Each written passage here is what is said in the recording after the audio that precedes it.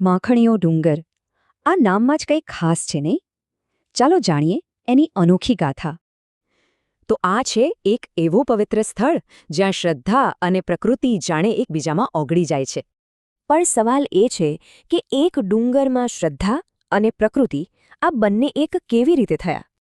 આ ડુંગર આવેલો છે પૂર્વ ગુજરાતના છોટા ઉદેપુરમાં અને સ્થાનિક લોકોની આસ્થાનું કેન્દ્ર છે. અને એનું નામ માખણીયો. આ નામ પાછળનો અર્થ ઘણો રસપ્રદ છે. માખણીયો એટલે દેવીની નરમ અને મીઠી કૃપા, બિલકુલ માખણ જેવી કોમળ. લોકોનું માનવું છે કે આ જગ્યા પ્રાચીન સમયથી જ સંતો અને ઋષિઓની તપોભૂમિ રહી છે.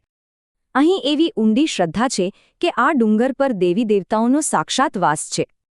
અને આ જ શ્રદ્ધાને લીધે લોકો અહીં પોતાની મનોકામનાઓ લઈને આવે છે. તો અહીં ભક્તિનું સ્વરૂપ કેવું છે? લોકો પોતાની શ્રદ્ધા કેવી રીતે વ્યક્ત કરે છે? ખાસ કરીને આસો, ચૈત્ર અને કારતક મહિનામાં અહીં ભક્તિનો માહોલ જ અલગ હોય છે. ડુંગર પર અને આસપાસ આવેલા નાના મંદિરો અને દેરીઓ એ જ પૂજા અને માનતાનું મુખ્ય કેન્દ્ર છે. પણ આ ડુંગરનો સંબંધ ખાલી ધર્મ પૂરતો નથી. એ આદિવાસી લોકસંસ્કૃતિ સાથે અતૂટ રીતે જોડાયેલો છે. અહીંની પરંપરાઓ અને ગીતોમાં પણ આ ડુંગર વણાયેલો છે. એ પ્રકૃતિ સાથે જીવતા શીખવે છે. ટૂંકમાં અહીં પ્રકૃતિ, સંસ્કૃતિ અને શ્રદ્ધા વચ્ચે એક બહુ જ મજબૂત સંબંધ જોવા મળે છે. કુદરતનું સન્માન અને શ્રદ્ધા આ જ સાચી સાધના. આ જ એક વાક્યમાં જ બધું આવી ગયું.